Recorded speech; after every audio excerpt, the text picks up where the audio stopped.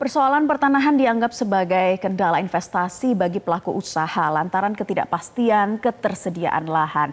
Apakah hal ini mempengaruhi minat investasi di mega proyek di ibu kota Nusantara? Dan mengapa pemerintah begitu optimistis melanjutkan mega proyek ini? Untuk membahasnya sudah bergabung bersama kami ex-Menteri Perencanaan Pembangunan Nasional Andrinov Syaniago. Selamat pagi Pak Andrinov. Selamat pagi Mbak Naila. Dan juga ada ekonom Universitas Paramadina, Wijayanto Samirin. Selamat pagi Pak Wija. Pagi Mbak Naila. Baik, saya ingin ke Pak Andrinov terlebih dahulu. Ketua Otorita IKN mundur, lalu konflik agraria disebut berbelit. Tidakkah dua hal ini jadi semacam pukulan telak terhadap kredibilitas pemerintah menggarap proyek ibu kota? Ya, ini kan konsekuensi dari ditambahnya fungsi dan tujuan yang tidak tepat dari IKN, yaitu selain sebagai kota pemerintahan, tapi juga kemudian dikejar sebagai kawasan ekonomi yang membutuhkan investor atau investasi skala besar. Saya rasa kalau seandainya konsisten dengan tujuan membangun kota publik saja dan segala macam efek positif untuk kepentingan bangsa, kepentingan nasional, masalah ini tentu tidak akan muncul. Tetapi karena tujuannya diperluas menjadi kawasan ekonomi, kawasan investasi, maka tentu saja si investor dimanapun di dunia ini akan melihat tingkat prospek, tingkat pengembalian modal, tingkat pengambilan aset. ROI, ROE itu yang pasti akan dilihat. Nah, itu tentu saja sumbernya adalah potensi pasar. Nah, pelaku bisnis atau investor akan melihat pasar yang paling potensial itu dari mana? Tentu saja kelas tertentu. Nah, ini akan memberikan konsekuensi nantinya kota ini tidak lagi menjadi murni kota publik karena harus melayani investor yang punya kepentingan-kepentingan khusus. Nah, padahal ya kalau sejarah idenya ini kita ingin membangun IKN ini untuk membangun kota publik pertama yang dibangun oleh bangsa Indonesia sendiri, yang dibangun oleh negara Indonesia sendiri, membangun kota baru yang dibangun oleh negara, bukan kota baru yang dibangun oleh swasta seperti yang terjadi tahun 80-an di sekitar Jabodetabek dan sekitar gerbang Kertasusila Surabaya, ya. Nah, ini yang harus diluruskan terlebih dahulu. Saya rasa kalau fokus saja kepada pembangunan kawasan inti pemerintahan, masalah ini tidak akan muncul dan tidak akan menambah beban bagi otorita yang berlebihan.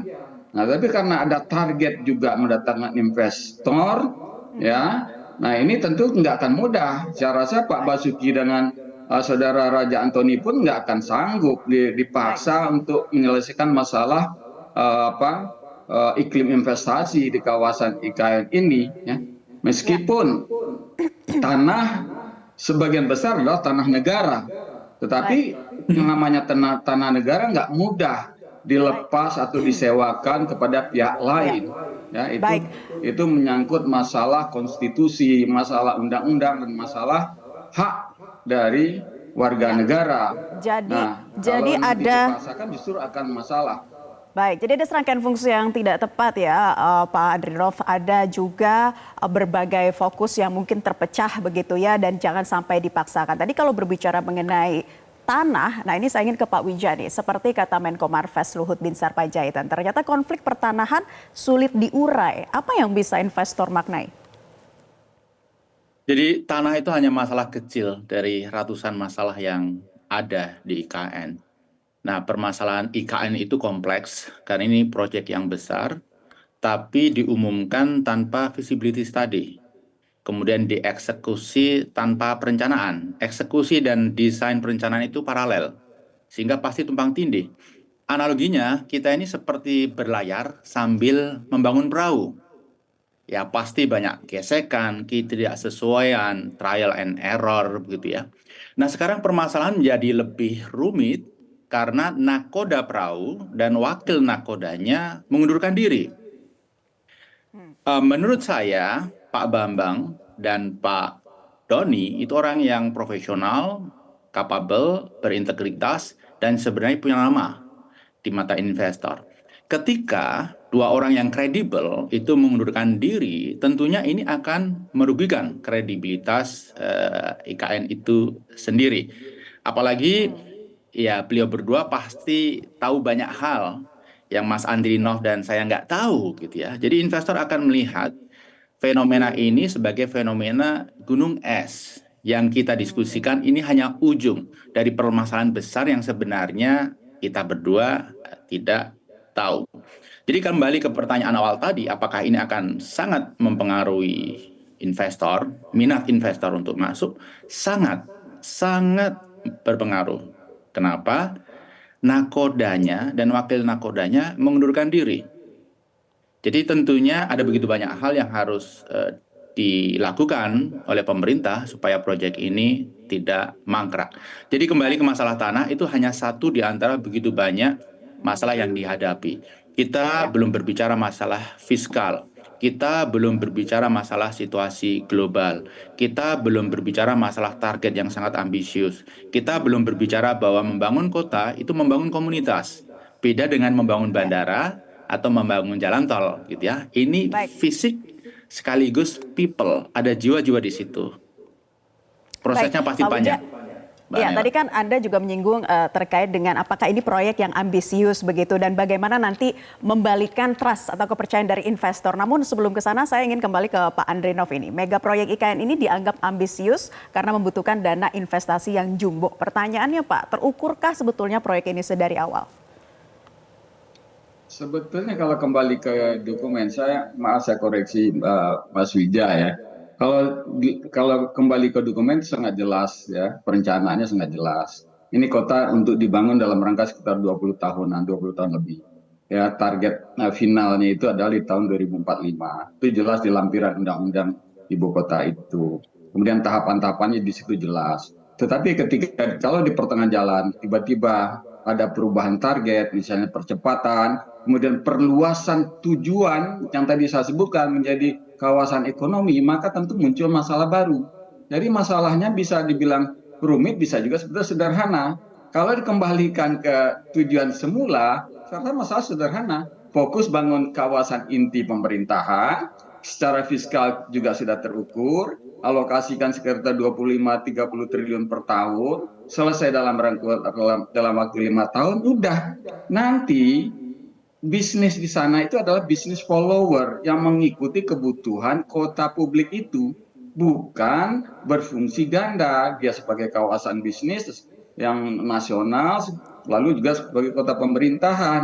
Maka kalau dua tujuan yang berbeda itu dipaksakan, ya masalah-masalah akan muncul. Masalah pertanahan. Sebab kalau hanya untuk kota publik, masalah yang pertanahan itu sebetulnya relatif kecil karena sebagian besar lahan di sini adalah lahan milik negara dan memang sudah ada lahan-lahan swasta atau masyarakat, dan itu saya rasa bisa diselesaikan lewat mekanisme yang sudah ada ya. Ada aturan-aturan perundang-undangan untuk pembebasan lahan untuk proyek kepentingan umum ya, yang adil yang sudah diatur oleh undang-undang. Nah, jadi kembali lagi, masalah utamanya bersumber dari perluasan tujuan dari IKN. Ya. Bahkan saya sering dengar ada penyempitan dari tujuan yang sebenarnya. Baik. Kalau tujuan IKN ini secara ekonomi adalah untuk menggerakkan kawasan Indonesia Timur. Jadi investasi itu akan terdorong atau didorong oleh IKN untuk tumbuh di daerah-daerah lain di Kalimantan, bukan di IKN itu sendiri. Untuk tumbuh di Sulawesi Tengah, Sulawesi Barat, Maluku, Papua. Itulah yang harus kita jaga tujuan itu. Bukan menimbulkan konsentrasi baru di satu kota. Yang kota itu menjadi multifungsi lagi seperti Jakarta. Nah, tujuan lain dari IKN ini adalah untuk memudahkan menata kota Jakarta supaya tekanan penduduk urbanisasi di Bodetabek ini menurun. Nah, itu juga salah satu tujuan yang ingin kita tuju. Ada banyak tujuan yang paralel, sejalan, simultan. Tetapi kalau muncul tujuan yang keluar dari visi, maka akan timbul masalah. Ya, sekali lagi, sumber masalahnya karena ada perluasan tujuan yang bercabang, bukan solid menyatu. Itu aja. Itu menurut Anda sumber masalahnya Pak Andrinov, tapi kan proyek ini sudah kadung jalan. Bagaimana pemerintah kemudian bisa mengeksekusi dengan baik dan juga nantinya pemerintahan Prabowo bisa menjalankannya? Ya, kalau sudah yang kadung jalan ini kan pembangunan kawasan inti. Tetapi karena bersamaan dengan pembangunan kawasan inti ini, otorita juga dituntut membangun kawasan ekonomi menggunakan investor, itu menjadi masalah. Tapi kalau fokus saja membangun kawasan pemerintahan, prasarana, sarana, gedung perkantoran dan lain-lain untuk kawasan pemerintahan sebagai kota publik, saya rasa nggak masalah. Terukur kok secara fiskal itu. Anggaran 30 triliun per tahun itu nggak nyampe, hanya 1% dari total APBN kita. Jadi masalah fiskal juga nggak signifikan. Baik, baik. Jadi itu ya perluasan tujuan dari IKN yang tidak fokus kalau tadi Anda tekankan. Nah, nanti kita akan membahasnya lebih lanjut di pemerintahan Prabowo nanti. Realistiskah untuk memperlakukan resizing dan rescheduling proyek IKN sesuai dengan kapasitas fiskal? Nanti Pak Wija akan menjawab hal ini dan pemirsa tetaplah bersama kami. Selamat Pagi Indonesia akan kami hadirkan untuk Anda usai jeda. Kembali lagi bersama kami di Selamat Pagi Indonesia. Kita masih membahas mengenai sejumlah permasalahan kompleks dalam pembangunan IKN ke depan. Masih bersama kami Pak Andrinov dan juga Pak Wija.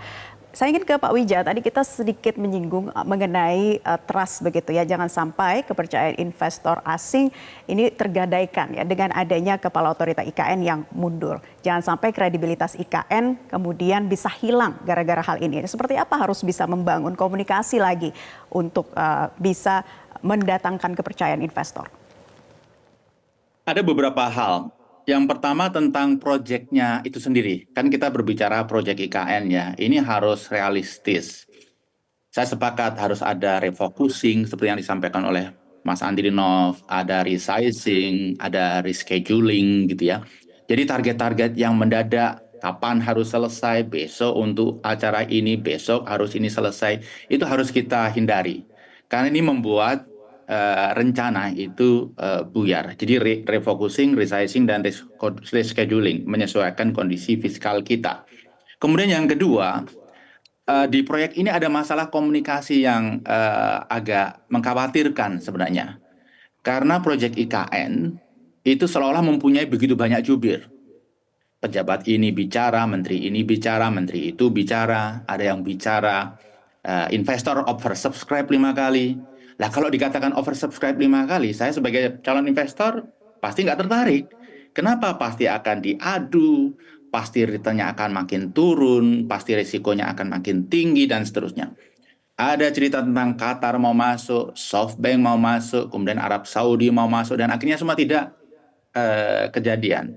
Nah, hal-hal seperti ini, masalah komunikasi seperti ini menurut saya ini merupakan sesuatu yang harus diantisipasi karena ini masalah kredibilitas, apalagi muncul dari pejabat-pejabat tinggi.